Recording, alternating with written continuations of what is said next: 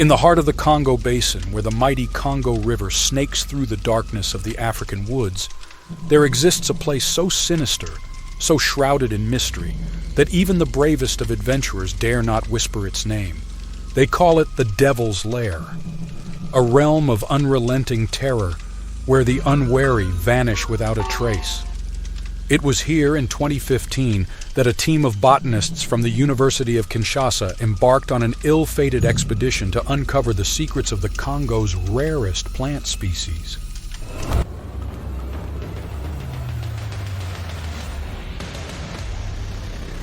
Led by the brilliant but reckless Dr. Mwanga, the team ventured deeper into the Devil's Lair, ignoring the warnings of local guides and the eerie whispers of the forest itself. As they delved deeper, the team began to experience strange occurrences. Equipment would vanish, eerie noises echoed through the night, and some even claimed to have seen shadowy figures lurking just beyond the tree line. Dr. Mwanga dismissed these incidents as mere superstition, but his team knew better. They were being watched, and the forest was waiting for its moment to strike. One fateful night, as the team camped deep in the Devil's Lair, a blood-curdling scream pierced the darkness. Dr. Mwanga's assistant, a young researcher named Kipepeo, had wandered into the forest to collect a rare specimen and never returned. A frantic search party combed the area, but Kipepeo was nowhere to be found. As the team packed up to leave, they discovered a cryptic message scrawled on a tree trunk in red ink. "You should not have come here. Now you will never leave." The words seemed to sear themselves into the minds of the team members, who knew they had to escape the Devil's Lair before it was too late. But it was already too late. One by one, the team members began to vanish, taken by some unseen force that seemed to haunt the forest. Dr. Mwanga, now realizing his folly, tried to lead the remaining team members to safety, but the forest seemed to shift and twist, making it impossible to navigate. In the end, only one team member, a young woman named Akua, managed to escape the Devil's Lair. She stumbled back to civilization, her mind shattered by the horrors she had witnessed.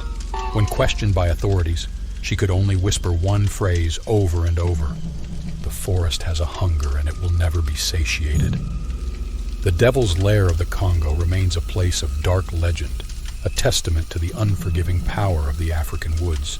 Some say that on certain nights when the moon hangs low in the sky, you can still hear the screams of Dr. Mwanga's team, trapped forever in the heart of darkness.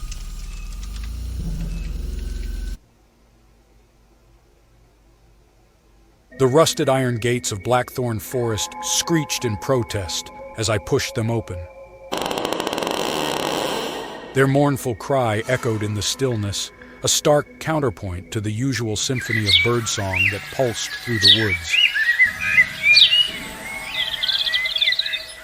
But today, there was only an unsettling silence, broken only by the crunch of damp leaves beneath my boots. Blackthorn Forest had always been a place of hushed reverence in the village of Lockhaven. Elders spoke of it in hushed tones, their weathered faces etched with a mixture of fear and respect. Legends swirled around the ancient oaks and tangled undergrowth, whispers of a place where time itself seemed to bend, and where things unseen lurked just beyond the veil of reality. For years, the disappearances had been a chilling footnote to these stories.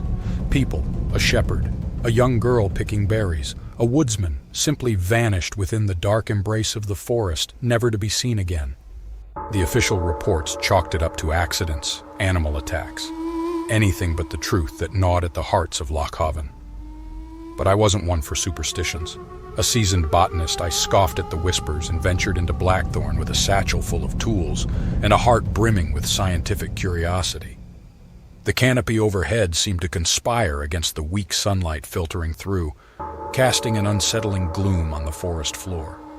The air hung heavy, thick with the scent of damp earth and decay. As I delved deeper, the silence grew more profound, pressing in on my ears. Then, a flicker of movement in the periphery of my vision. I spun around, heart hammering against my ribs. A single crow sat perched on a gnarled branch, its obsidian eyes fixed on me with an unsettling intensity. But as quickly as it appeared, the crow vanished into the dense foliage, leaving behind an unsettling feeling of being watched. A shiver danced down my spine. The forest, once a place of curiosity, now felt like a malevolent entity, its secrets whispering through the rustling leaves.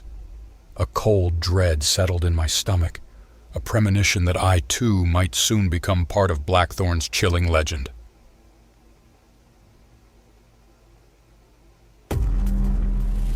In the depths of the Appalachian Mountains, where the trees grow tall and the mist swirls thick, there exists a stretch of wilderness so sinister, so shrouded in mystery, that even the most seasoned hikers dare not tread.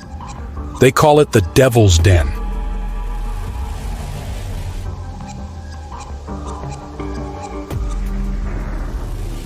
A 20-mile section of the Appalachian Trail where the unwary vanish without a trace. It was here in 2017 that a group of 5 friends, all experienced hikers, embarked on a fateful journey to conquer the Devil's Den.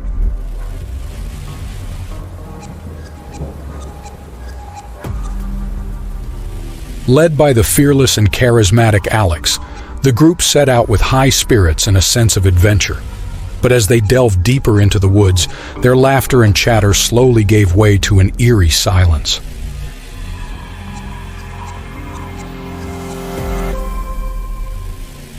As they hiked, the group began to experience strange occurrences, eerie whispers in the wind, ghostly apparitions in the trees, and an unsettling feeling of being watched.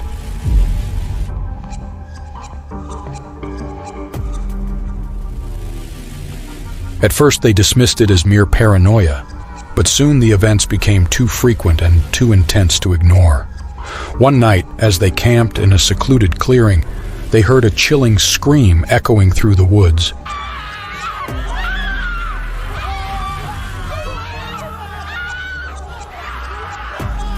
It was a sound that would haunt them forever, a sound that seemed to come from all directions and none at the same time. The next morning, Alex was gone. His tent was still standing, his gear still scattered about, but he had vanished without a trace. The group searched frantically, but there was no sign of him anywhere. As they continued on the trail, the remaining 4 hikers began to experience more bizarre and terrifying events.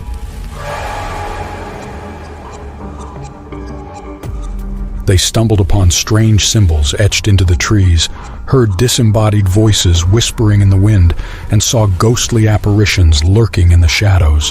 One by one, the hikers began to disappear until only one was left. Emily, a young and determined hiker, was the last one standing. She stumbled out of the Devil's Den, her mind shattered by the horrors she had witnessed.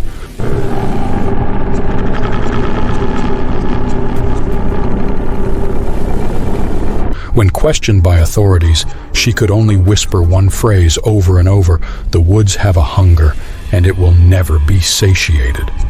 The Devil's Den of the Appalachian Trail remains a place of dark legend, a testament to the unforgiving power of the American woods. Some say that on certain nights, when the moon hangs low in the sky, you can still hear the screams of Alex and his friends, trapped forever in the heart of darkness.